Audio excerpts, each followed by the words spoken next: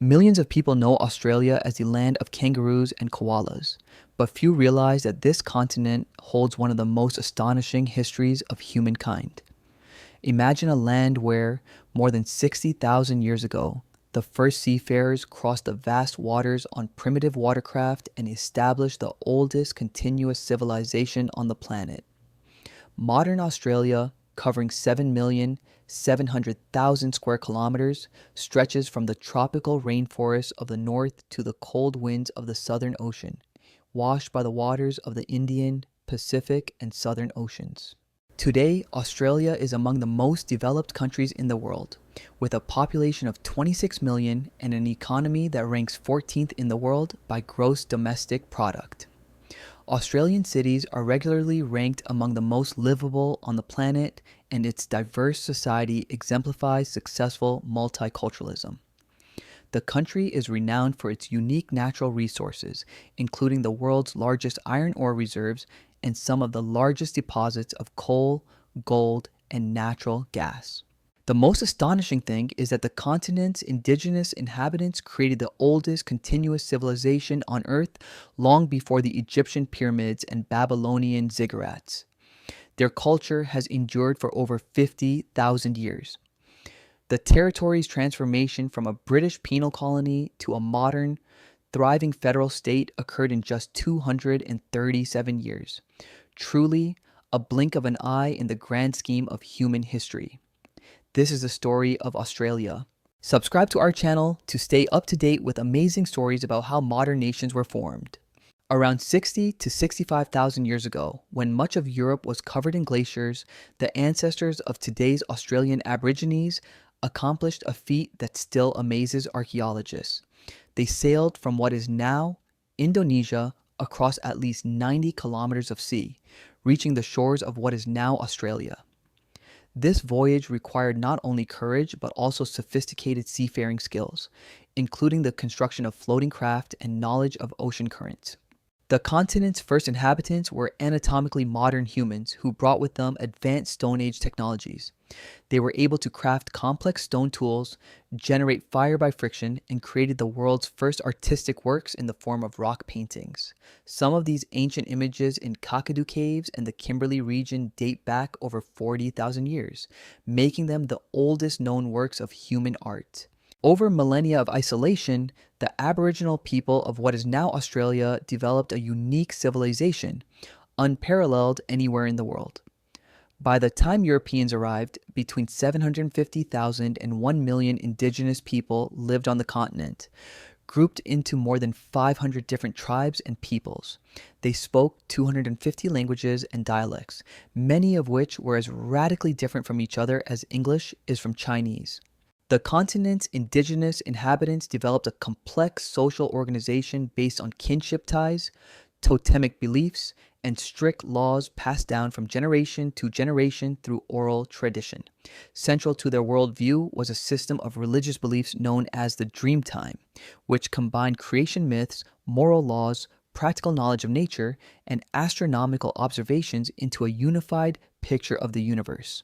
The technological achievements of the indigenous people, developed in complete isolation from the rest of the world, deserve special admiration.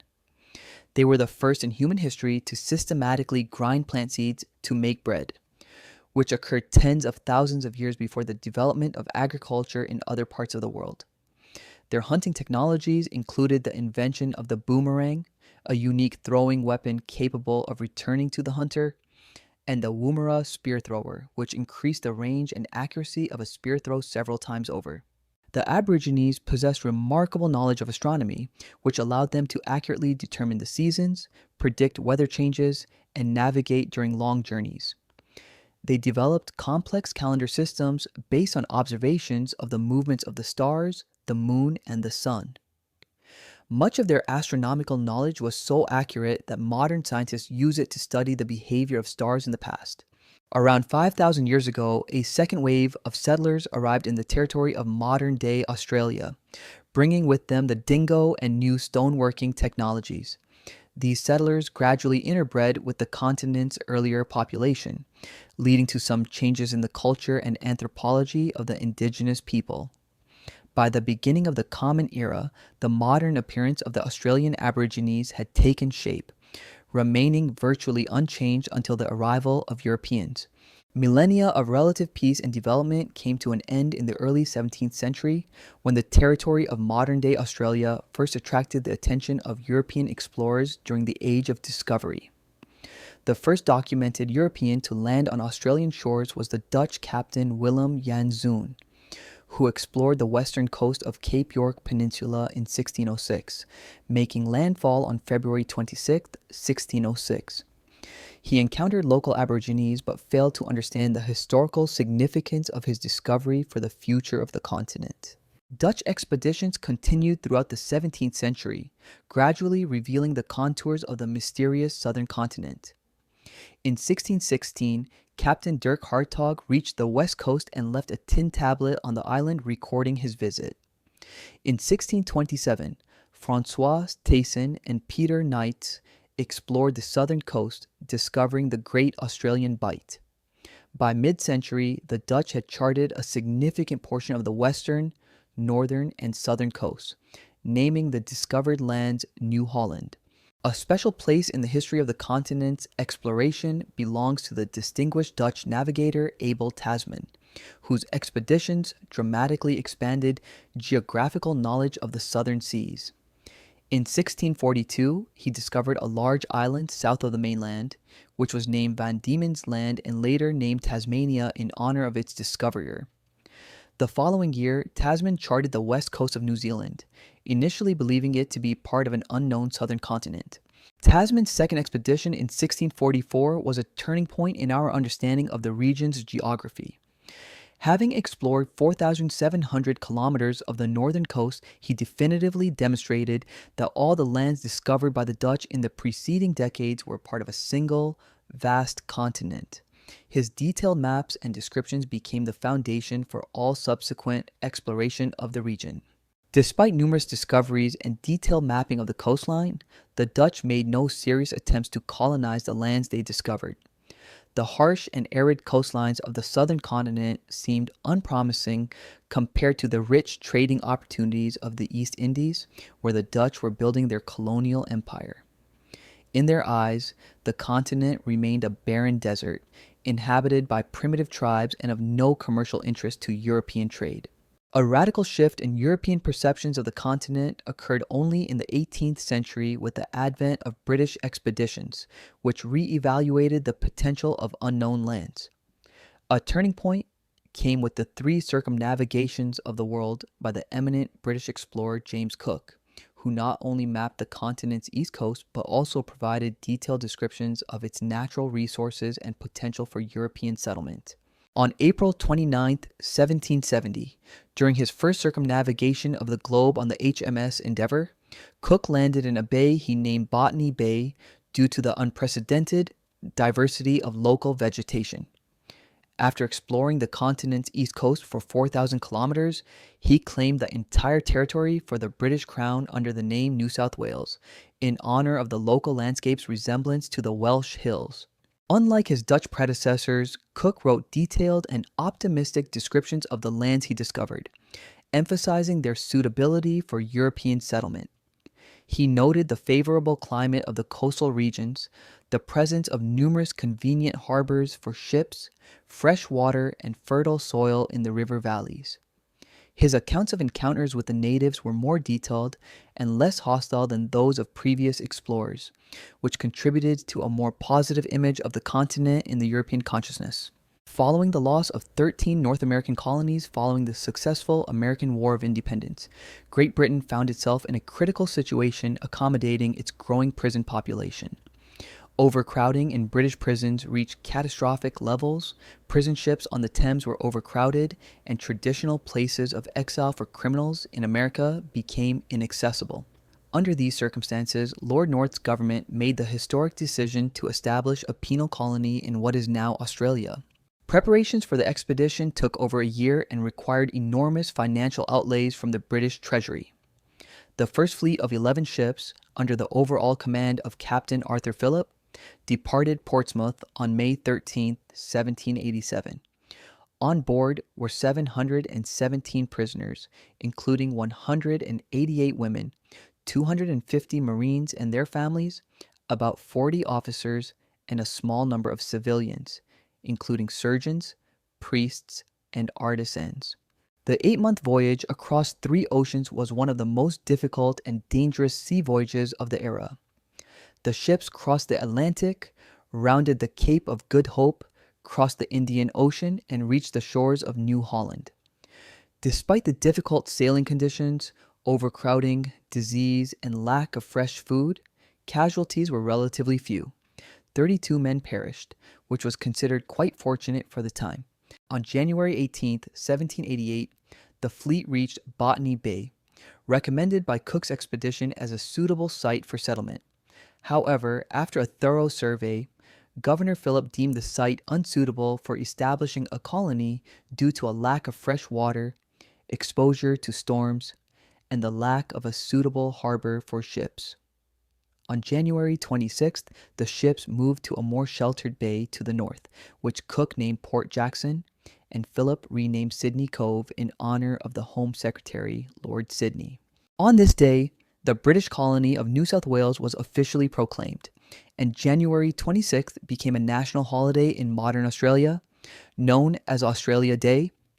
Philip read his instructions from King George III, raised the British flag, and announced the beginning of European settlement on the continent. The first buildings were primitive tents and huts erected on the shores of a magnificent natural harbor, which later became one of the most beautiful harbors in the world. The colony's early years proved extremely difficult, repeatedly threatening the very survival of the European settlement. The colonists encountered a multitude of unforeseen challenges: unfamiliar climates, soils radically different from those in Europe, strange diseases, and unfamiliar plants and animals. Seeds brought from Europe struggled to germinate in the local conditions. Agricultural tools proved inadequate, and most of the prisoners lacked the skills necessary to survive in the wild. Food shortages reached alarming proportions within the colony's first months. Supplies brought by the First Fleet were quickly depleted, and local food production was unable to meet the needs of more than 1,000 people. Governor Philip was forced to impose strict food rationing, reducing daily rations to a critical minimum. Only the governor's iron discipline, personal qualities, and assistance from friendly natives enabled the colony to survive the famine and avoid complete collapse. Gradually, thanks to hard work and adaptation to local conditions, the colony's situation began to stabilize. In 1792, Officer John MacArthur imported the first merino sheep from South Africa, initiating a sheep farming industry that would become the foundation of the continent's economic prosperity over the next century. By the end of the 18th century, the colony had achieved food self-sufficiency and even began exporting some goods back to Great Britain. In 1793, the first free settlers arrived in the colony, though their numbers remained for a long time insignificant compared to the convicts and freed convicts known as emancipates. These free settlers, many of whom were retired officers or small businessmen, played a vital role in the development of trade, crafts, and agriculture, bringing with them capital, skills, and an entrepreneurial spirit. But the most tragic consequence of European colonization was the catastrophe that befell the continent's indigenous population. The Aborigines had no immunity to European infectious diseases, leading to devastating epidemics of smallpox, measles, influenza, and tuberculosis. The first major smallpox epidemic in 1789 killed approximately half of the Aborigines in the Sydney area, devastating entire tribes and destroying the traditional social structure of indigenous societies. European colonists applied the legal doctrine of terra nullius, land no man's land, to the territory of modern-day Australia. Lands not used for European-style agriculture or lacking permanent settlements with clearly defined boundaries were considered unoccupied and could be freely appropriated. This concept completely ignored the complex land use systems of Aboriginal peoples, based on spiritual connections to specific territories, seasonal migrations, and sustainable ecological practices. Conflicts over land and resources became increasingly frequent and bloody as European settlements expanded into the continent's interior. Aboriginal peoples resisted the seizure of their traditional hunting grounds and sacred sites, leading to armed clashes with the colonists. These conflicts, known as frontier wars, continued with varying intensity for over a century and claimed thousands of lives on both sides, although the losses among the Aboriginal people were disproportionately higher. The expansion of British presence on the continent accelerated in the first decades of the 19th century, when the need arose to establish new colonies to accommodate the growing number of settlers and develop various parts of the vast continent. In 1803, a colony was founded on the island of Tasmania, originally called Van Diemen's Land after the Dutch Governor-General of the East Indies. This colony became a place of exile for the most dangerous criminals and acquired a sinister reputation for the brutality of its prison regime. In 1829, the systematic settlement of the continent's west coast began with the founding of the Swan River Colony at the mouth of the Swan River, where the city of Perth was founded. Unlike other colonies, Western Australia was initially established as a settlement of free colonists without the use of forced convict labor. However, a severe labor shortage soon forced the colonial authorities to change this policy and begin accepting convicts. In 1836, the colony of South Australia, with its capital in Adelaide, was established, becoming a unique experiment in the colonial history of the British Empire. This colony was created according to the plans of social reformer Edward Wakefield, who envisioned an ideal society based on the principles of religious tolerance, the abolition of forced labor, and the systematic settlement of the territory by free settlers from various social strata of British society. The mid-19th century was a period of rapid growth and development for the Australian colonies, fueled by several key factors. First, the end of convict transportation led to an influx of free immigrants who brought with them capital, skills, and entrepreneurial energy. Second, the development of sheep farming transformed the colonies into important suppliers of wool to the global market, providing a stable source of income for further development. In 1851, the colony of Victoria, named in honor of the reigning queen, separated from New South Wales. Melbourne became the capital of the new colony, and thanks to its favorable geographic location and the entrepreneurial spirit of its residents, it quickly became one of the largest and wealthiest cities in the Southern Hemisphere. In 1859, the colony of Queensland was formed, with its capital in Brisbane, completing the administrative division of the continent into 6 separate colonies. Each colony received its own parliament and government, responsible for internal affairs including education, healthcare, justice, and local trade. However, they remained part of the British Empire and depended on London for foreign policy, defense, and trade with other countries. This system created a unique situation in which 6 neighboring territories with a common language, culture, and history developed as separate entities with distinct laws, tariffs, and political systems. But the most dramatic event of this period was the gold rush, which radically changed the continent's demographics, economy, and social structure. In 1851, rich gold deposits were discovered in New South Wales and then in neighboring Victoria, surpassing the famous Californian mines in scale. News of the gold discoveries quickly spread throughout the world, thanks to the development of telegraph and steamship travel. In a single decade, the continent's population grew from 400,000 to 1.2 million, with a significant portion of the new arrivals consisting of fortune seekers from Europe, America, and China.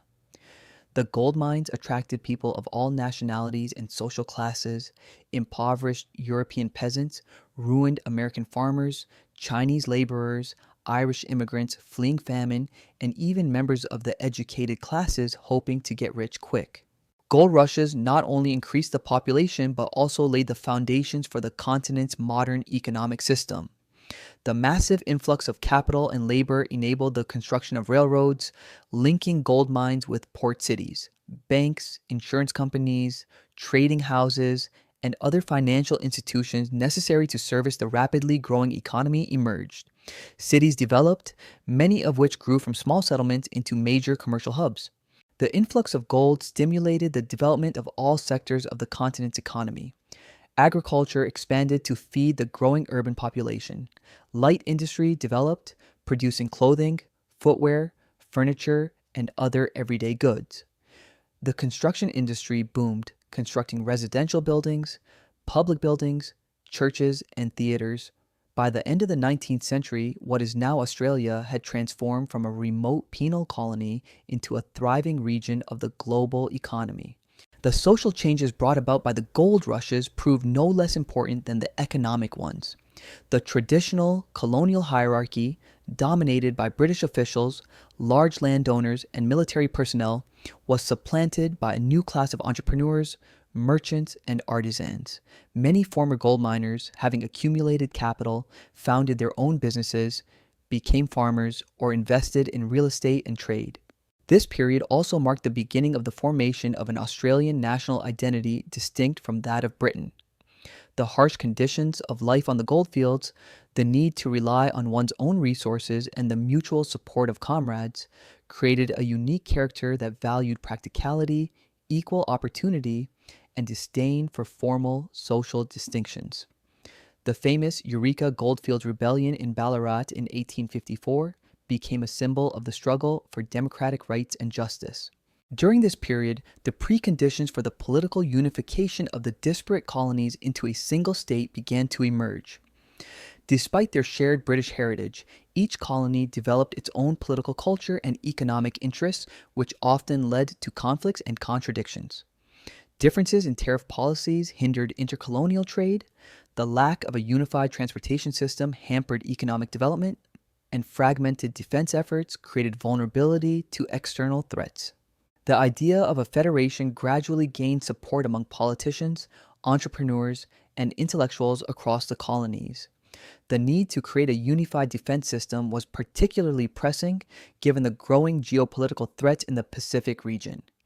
German expansion in Melanesia, French ambitions in New Caledonia, and Japan's growing power created new challenges that individual colonies could not address on their own. The movement for federation reached its climax in the 1890s, led by such prominent political figures as Henry Parkes of New South Wales, Samuel Griffith of Queensland, and Edmund Barton of New South Wales. Constitutional conventions were held between 1891 and 1898, drafting a federal constitution that would accommodate the interests of both large and small colonies. The draft constitution envisioned a federal government with limited powers in defense, foreign policy, interstate commerce, and immigration, while preserving broad state autonomy in all other matters. Negotiations over representation in the federal parliament proved particularly complex, with the large colonies insisting on proportional representation, while the smaller ones demanded equal representation to protect their interests. The constitutional draft was submitted to referendums in each colony, where it was expected to receive majority support. After initial setbacks and the introduction of important amendments to address concerns raised by opponents of federation, a majority of voters in 5 colonies supported federation. Western Australia, geographically isolated from the other colonies, hesitated for a long time, but ultimately joined the process, fearing political and economic isolation. The British Parliament passed the Commonwealth of Australia Act, and on January 1st, 1901, the 6 colonies ceremoniously united to form the Commonwealth of Australia, a federal state that received the status of a dominion of the British Empire. The new state inherited the democratic traditions of the British political system but adapted them to local conditions and the needs of the young nation. The creation of the Federation was a turning point in the continent's history, marking the transition from colonial status to national statehood. The federal government was granted defense powers, allowing for the creation of a unified armed force to replace the fragmented colonial militias. A unified immigration policy was established, making it possible to control population influx in accordance with national interests. The first Governor-General of the new state was Lord Hopton, representing the British Crown, and Edmund Barton, one of the main architects of federation, was elected its first Prime Minister. Melbourne became the temporary capital until the construction of a dedicated federal city, later named Canberra. The first federal parliament convened in the Victorian Parliament building, symbolically uniting representatives of all states under one roof. One of the first and most controversial decisions of the new federal parliament was the passage of the Immigration Restriction Act of 1901, better known as the White Australia Policy. This law effectively banned non-white immigration to the country and became the cornerstone of Australian immigration policy for the next 70 years. The policy was aimed at preserving the European, predominantly British character of the population and protecting the working conditions of white workers from competition from cheap Asian labor. In the first decade of the 20th century, the young federation faced the need to define its place in the world and its relationship with the British Empire. Although Australia formally remained a dominion and recognized the supremacy of the British Crown, it gradually developed its own foreign policy, particularly in the Pacific region. The growing ambitions of Japan and Germany in the region forced Australian policymakers to consider national security and the continent's defense.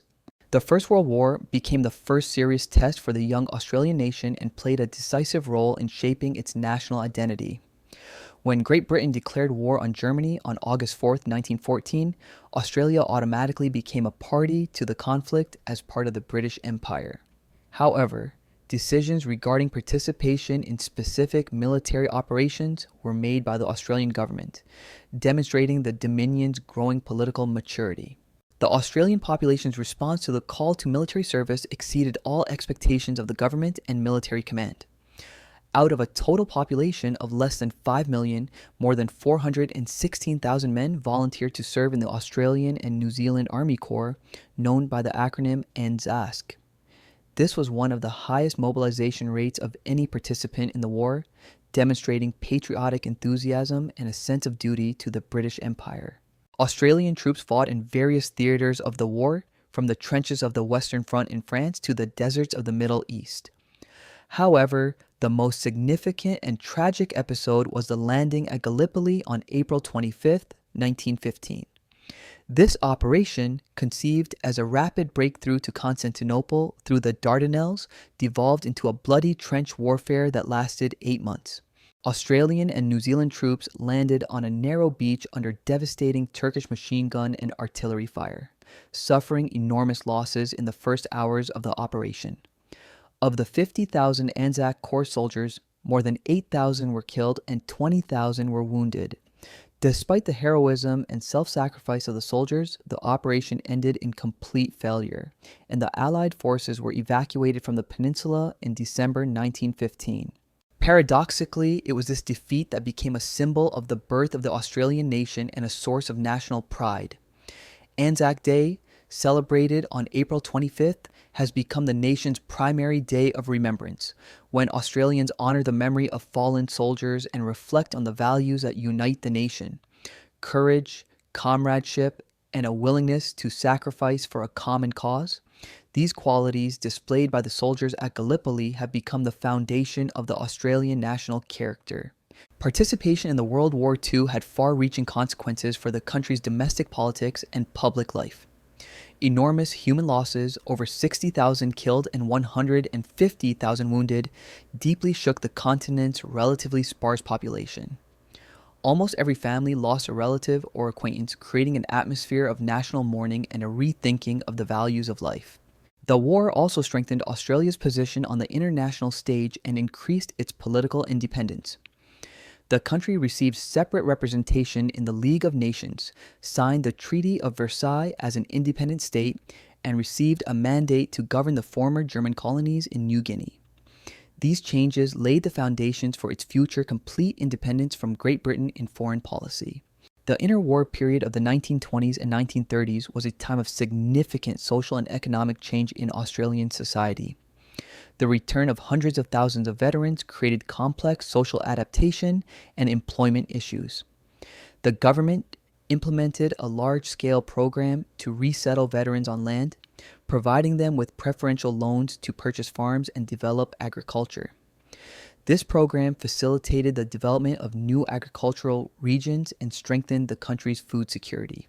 In 1927, the new federal capital, Canberra, was officially opened. It was purpose-built on land carved out of New South Wales. The city was designed by American architect Walter Burley Griffin as an ideal capital, combining the functionality of a modern city with the beauty of a natural landscape. Canberra's construction became a symbol of the young nation's ambitions and its desire to create a unique national identity. The Great Depression of 1929-1939 hit the Australian economy, which was heavily dependent on commodity exports to global markets, particularly hard. Falling wool and wheat prices led to a sharp decline in export revenues and a deep recession. Unemployment reached 32%, one of the highest rates in the developed world. The economic crisis caused severe social upheaval and political instability. Strikes, unemployed demonstrations, and clashes with police erupted across the country. The government was forced to introduce public works programs, create an unemployment benefit system, and devalue the Australian pound to improve export competitiveness. These measures, although painful for the population, laid the foundations for the modern welfare state. A gradual economic recovery began in the mid-1930s, thanks to rising domestic consumption, the development of manufacturing, and an improved global market environment. The government pursued a policy of import substitution, encouraging the development of local industry through protective tariffs and subsidies. By the end of the decade, the Australian economy had not only recovered, but also become more diversified and resilient to external shocks. World War II presented an even greater challenge for Australia than any previous global conflict. When Great Britain declared war on Germany on September 3, 1939, Prime Minister Robert Menzies immediately declared Australia also at war.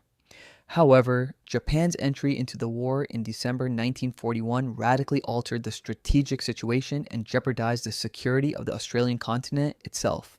For the first time in its history, the territory of modern-day Australia was subjected to a direct military attack. On February 19, 1942, Japanese aircraft launched a massive air raid on Darwin, the main port and military base in the north of the continent. The attack, which involved 188 Japanese aircraft, was as shocking for Australians as Pearl Harbor was for Americans. 243 people were killed. 8 ships were sunk and important military installations were destroyed. Japanese submarines penetrated Sydney Harbor and attacked Allied warships, causing panic among the civilian population of the country's largest city. During 1942, Japanese aircraft carried out over 100 raids on various targets in northern Australia, while Japanese submarines sank merchant ships off the east coast. These events radically changed Australians' perceptions of their continent's invulnerability and forced them to rethink their defensive strategy. The threat of Japanese invasion forced the government to recall Australian divisions from Europe and North Africa to defend their homeland. The Battle of Kokoda in the mountains of New Guinea became a symbol of Australia's heroic defense against Japanese aggression. Australian troops halted the Japanese advance just 200 kilometers from Port Moresby and, in fierce fighting, drove the enemy back to the island's northern coast.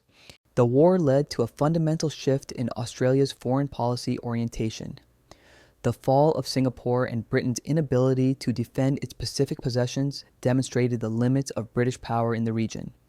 Prime Minister John Curtin made the historic decision to seek assistance from the United States, publicly declaring that Australia was turning its gaze from London to Washington for protection and support. The arrival of American troops under General Douglas MacArthur transformed Australia into a major Allied base in the Southwest Pacific. Over 1 million American troops passed through Australian ports and bases during the war, which had a profound impact on Australian society and culture. Close cooperation with American allies laid the foundation for the post-war strategic partnership between the two countries. In 1951, the ANZUS Treaty was signed between Australia, New Zealand, and the United States, which became the cornerstone of the Pacific security system for decades to come. This treaty cemented Australia's transition to the American security system and defined its foreign policy orientation during the Cold War. Australia participated in the Korean War and later in the Vietnam conflict as a U.S. ally. The post-war period was an era of unprecedented economic growth and social transformation that transformed Australia into a modern, developed nation. The government under Robert Menzies implemented a large-scale post-war reconstruction program, including industrial modernization, infrastructure development, and a mass immigration program. The slogan, "Populate or Perish," reflected the understanding that population growth was essential to ensure economic development and national security. In the 25 years following the war, over 3 million immigrants arrived in Australia, more than doubling the country's population. Initially, priority was given to British settlers, but the program gradually expanded to include refugees and settlers from continental Europe. Mass immigration from Italy, Greece, Germany, the Netherlands, Poland, and other European countries radically changed the ethnic composition and cultural makeup of Australian society. Immigrants made a huge contribution to the country's economic development, working on major infrastructure projects in manufacturing and in the service sector. The most ambitious project of the time was the construction of a hydroelectric power station in the Snowy Mountains, which required tens of thousands of workers from many countries. This project became a symbol of post-war progress and the ability to unite people of different nationalities to achieve common goals. The cultural impact of mass immigration was no less significant than the economic one. Australian cities acquired a cosmopolitan character, with numerous ethnic neighborhoods, ethnic restaurants, cultural centers, and religious communities. Traditional British culture was enriched by Mediterranean, Balkan, and Central European influences, contributing to the formation of a unique Australian identity. The 1960s were a time of radical social reform and cultural change that affected every aspect of Australian society. Civil rights movements, inspired by the American example, achieved important victories against racial discrimination and for equal opportunity. In 1967, a historic referendum was held on granting full civil rights to Aboriginal people. 91% of voters supported constitutional amendments that granted the federal government the authority to legislate for Aboriginal people and include them in the national census. This referendum was a crucial step toward racial equality and the recognition of Aboriginal rights, which had been ignored for nearly 2 centuries of European settlement. At the same time, the discriminatory White Australia policy, which had defined the country's immigration policy for 70 years, was gradually abolished. This process began with allowing entry to highly skilled professionals and students regardless of race and culminated in the complete abolition of racial restrictions in 1973. These changes opened the door to mass immigration from Asian countries and laid the foundations for a modern, multicultural society. The economic reforms of the 1980s, implemented by the Labour governments of Bob Hawke and Paul Keating, radically modernized the Australian economy and integrated it into global trading and financial systems. Import tariffs and quantitative restrictions that had protected local industry from foreign competition were abolished. Many state-owned enterprises were privatized, including telecommunications, airlines, and banks. Financial markets were deregulated, attracting foreign investment and improving capital allocation. The Australian dollar became a floating currency, allowing the economy to better adapt to external shocks and boosting export competitiveness. These reforms, while painful for some industries and regions, laid the foundations for a modern, dynamic economy. Growing economic ties with rapidly developing Asian countries became particularly important, gradually replacing Europe as Australia's primary trading partners. Japan became the largest buyer of Australian iron ore, coal, and beef, becoming a strategically important economic partner. Later, South Korea, Taiwan, and especially China, whose economic rise created enormous demand for Australian raw materials, joined the ranks. Australia's membership in new regional organizations such as the Asia-Pacific Economic Cooperation Forum and the East Asia Summit has strengthened its position in the dynamically developing Asia-Pacific region. The country has become an important intermediary between Western and Asian countries, leveraging its geographic location and multicultural society to develop trade and political ties. The 1990s brought revolutionary changes in human rights and historical justice that touched on the most sensitive aspects of Australian history. In 1992, the High Court of Australia issued the landmark decision in Mabo versus Queensland, which radically changed the legal status of the continent's Indigenous people. The court rejected the doctrine of terra nullius, which had served as a legal justification for European seizures of Aboriginal lands for over 2 centuries. The decision recognized that indigenous peoples had complex systems of land ownership and tenure long before the arrival of Europeans, and these rights were not automatically extinguished by British colonization. This decision paved the way for Aboriginal land claims to be heard nationwide. In 1993, the federal parliament passed the Aboriginal Land Rights Act, which established legal mechanisms for the return of traditional lands to their original owners. To date, Aboriginal people have received ownership or use rights to a significant portion of the continent's territory, particularly in remote and sparsely populated areas. However, the process of recognizing land rights remains complex and controversial.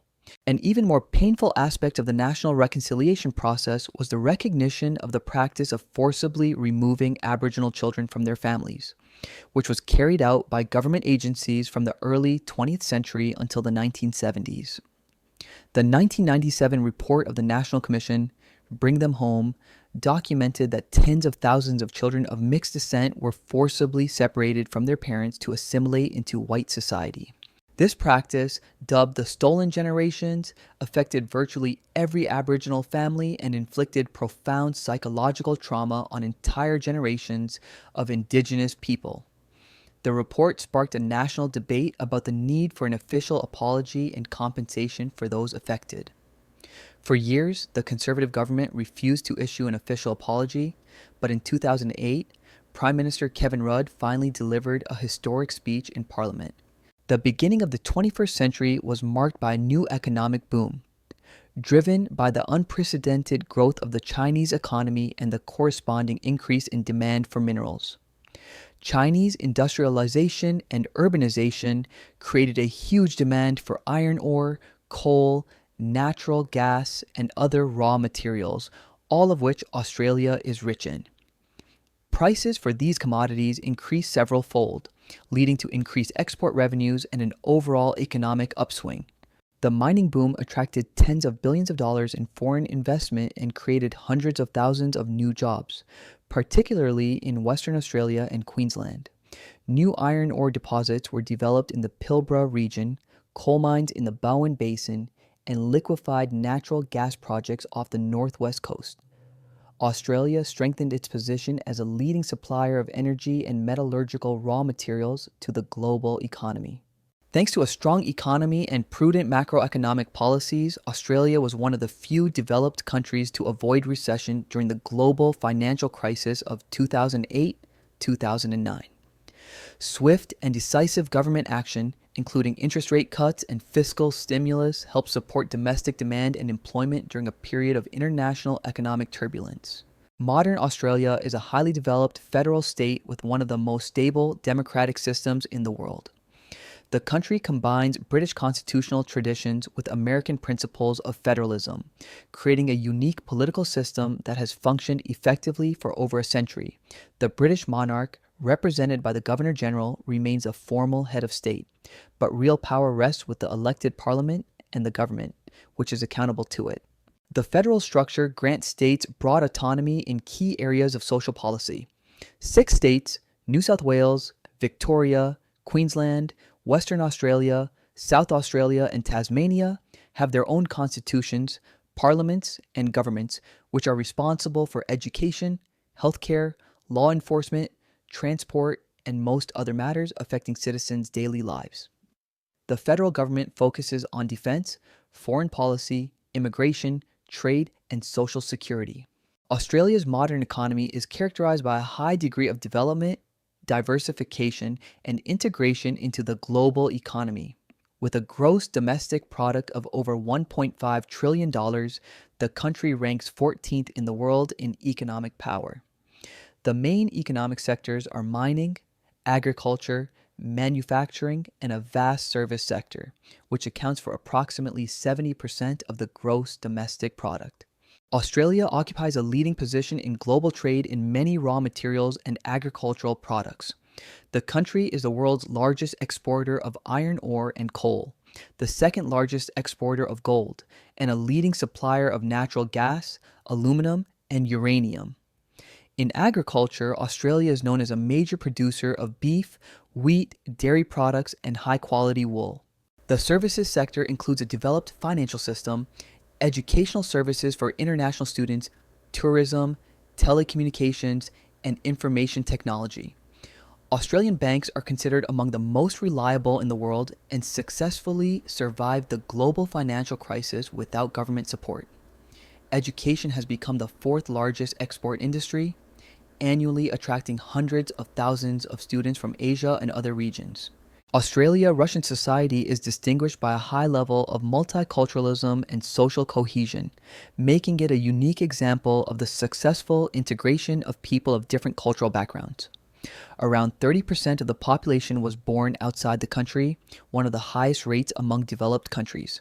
More than 200 languages are used in home communication, but English remains a unifying language of education, business, government, and intercultural communication. The official policy of multiculturalism encourages the preservation of cultural diversity while upholding core democratic values and the rule of law. This policy has created a society where people can maintain ties to their cultural roots while simultaneously participating in shared national life. Australia's model of multiculturalism serves as a model for many other countries facing the challenges of mass immigration and cultural diversity. Australia's education system is recognized as one of the best in the world and is a key driver of the country's economic and social development. Compulsory schooling lasts 10 years, but the vast majority of students continue their studies until year 12, earning a high school diploma. Higher education is represented by 39 universities, 8 of which are members of the prestigious Group of 8 and regularly rank highly in international rankings. Australian universities attract students from all over the world thanks to their high-quality teaching, modern research facilities, and the global recognition of their degrees. The country is the third most popular destination for international students after the United States and the United Kingdom. The government invests significantly in research and development, particularly in the fields of medicine, biotechnology, information technology, renewable energy, and environmental science. The healthcare system is based on the principles of universal access to healthcare and combines public funding with the private sector. The National Health Insurance Program, Medicare, introduced in 1984, provides free or subsidized treatment for all citizens and permanent residents. Private health insurance complements the public system, providing access to private hospitals and additional medical services. Life expectancy in Australia is over 83 years for men and 87 years for women, among the highest in the world. Low infant mortality, an effective disease prevention system, and high-quality healthcare contribute to maintaining a healthy population. Australian medical research has made important contributions to global science, including the development of cochlear implants, a cervical cancer vaccine, and many other medical innovations. Modern Australia's foreign policy is built on several key principles and strategic partnerships that reflect its geographic location and historical experience. The alliance with the United States under the ANZUS Treaty remains the foundation of its security system, although the relationship is periodically complicated by disagreements on specific regional and global policy issues. Australia participates in U.S. military operations in various regions of the world, including Afghanistan and Iraq. At the same time, the country is actively developing multilateral relations in the Asia-Pacific region through its participation in organizations such as the Asia-Pacific Economic Cooperation Forum, the East Asia Summit, and the Association of Regional Forums. Australia supports the principles of free trade, democracy, and the rule of law in international relations. The country is an active member of the UN, the G20, the Commonwealth of Nations, and other international organizations. Relations with China pose a particular challenge for Australian diplomacy and require a delicate balance between economic interests and security concerns. On the one hand, China is Australia's largest trading partner, purchasing more than a third of all Australian exports, including iron ore, coal, natural gas, and agricultural products. Trade between the two countries exceeds $200 billion annually. On the other hand, China's growing military might and its territorial claims in the South China Sea are raising concerns in Canberra about the future balance of power in the region. Australia supports the principle of freedom of navigation in international waters and opposes unilateral actions to change the status quo in disputed territories. These contradictions are creating tension in bilateral relations and forcing Australian policymakers to seek ways to manage the competition between economic cooperation and strategic rivalry.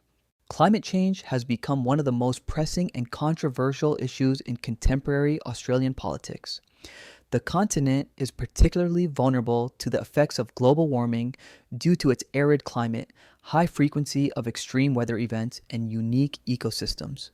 Rising temperatures, changing rainfall patterns, and increasingly frequent droughts are already having a significant impact on agriculture, water resources, and the natural environment. The wildfires of 2019-2020 were the most devastating in the country's history and demonstrated the scale of climate change threats. The fires destroyed 18 million hectares of forest and scrubland, killed over 3 billion wild animals, destroyed thousands of homes, and caused hundreds of billions of dollars in economic damage. Smoke from the fires reached New Zealand and South America, turning the disaster into a symbol of the global nature of climate change. The government has committed to achieving carbon neutrality by 2050, but the transition to clean energy is complicated by the Australian economy's dependence on fossil fuel production and exports. The coal and gas industries support hundreds of thousands of jobs and generate tens of billions of dollars in export revenues annually. Finding a balance between environmental obligations and economic interests remains a central challenge in national policy. Nevertheless, Australia possesses enormous renewable energy potential thanks to abundant solar radiation, strong winds, and vast uninhabited territories. Solar and wind power are rapidly developing, and their share of total electricity generation is steadily increasing. The country is also exploring the export of hydrogen produced using renewable energy, which could become a new foundation for economic prosperity in the post-carbon era. Demographic changes create both opportunities and challenges for the country's future development. Australia's population is growing rapidly thanks to immigration and a relatively high birth rate, and is expected to reach 40 million by 2050. However, like other developed countries, Australia faces a challenge of an aging population, which is placing strain on its healthcare and social services. The rising cost of living, especially housing in major cities, has become a serious problem for young Australians and is creating social tensions. Property prices in Sydney and Melbourne have risen so much that many people on average incomes cannot afford to buy a home. The government is trying to address this problem through various homebuyer support programs and increasing the supply of land for development. The technological revolution and digitalization of the economy are opening up new opportunities for innovation and increased productivity. Australia is investing in the development of high-speed internet, artificial intelligence, robotics, and other advanced technologies. A growing tech startup sector is attracting venture capital and creating highly skilled jobs in new economic sectors. Modern Australia continues to develop as a successful, multicultural democracy, balancing respect for its historical heritage with openness to change and innovation. The country has learned from its difficult colonial past and is working to create a more just and inclusive society. Recognition of Indigenous rights, the development of multiculturalism, and a commitment to democratic values have created a solid foundation for future prosperity. Abundant natural resources, stable political institutions, a highly skilled population, and a favorable geographic location give Australia a strong competitive advantage in the global economy. Close ties with rapidly growing Asian markets open up new opportunities for trade and investment. The country's reputation as a reliable partner and supplier of high-quality goods and services strengthens its position in global markets. However, future prosperity will require addressing significant challenges, including adapting to climate change, transitioning to sustainable energy, managing demographic change, and maintaining social cohesion in the face of increasing diversity. The ability of Australian society and its political institutions to address these challenges will determine the country's success in the 21st century. The history of what is now Australia is a fascinating saga of the world's oldest civilization meeting European expansion and the transformation of a continent of prisoners into one of the planet's most prosperous democracies. From the first humans to cross the ocean 50,000 years ago to today's global citizens, every step of this journey demonstrates the human capacity to adapt, survive, and thrive in a wide variety of conditions and circumstances. The journey from an isolated continent with unique flora and fauna to a modern, multicultural state demonstrates how geographic isolation can be a source of both vulnerability and strength. The Australian experience proves that even the most remote territories can become centers of progress and innovation with wise governance, openness to change, and the ability to learn from the mistakes of the past. Modern Australia serves as an example of how to build a just and prosperous society that unites people of diverse cultural backgrounds in the pursuit of shared goals and values. Australia's model of democracy, federalism, and multiculturalism offers valuable lessons for other countries facing similar challenges of globalization, immigration, and cultural diversity. The history of this continent reminds us of the importance of respecting the rights of all people, regardless of their origin, the value of cultural diversity, and the need to continually work to create a more just and inclusive society. Australia's experience demonstrates that acknowledging historical wrongs and working to correct them are essential conditions for national reconciliation and progress.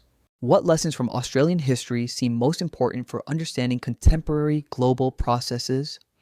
How can this country's experience help other nations address issues of migration, cultural diversity, and sustainable development? Share your thoughts in the comments below.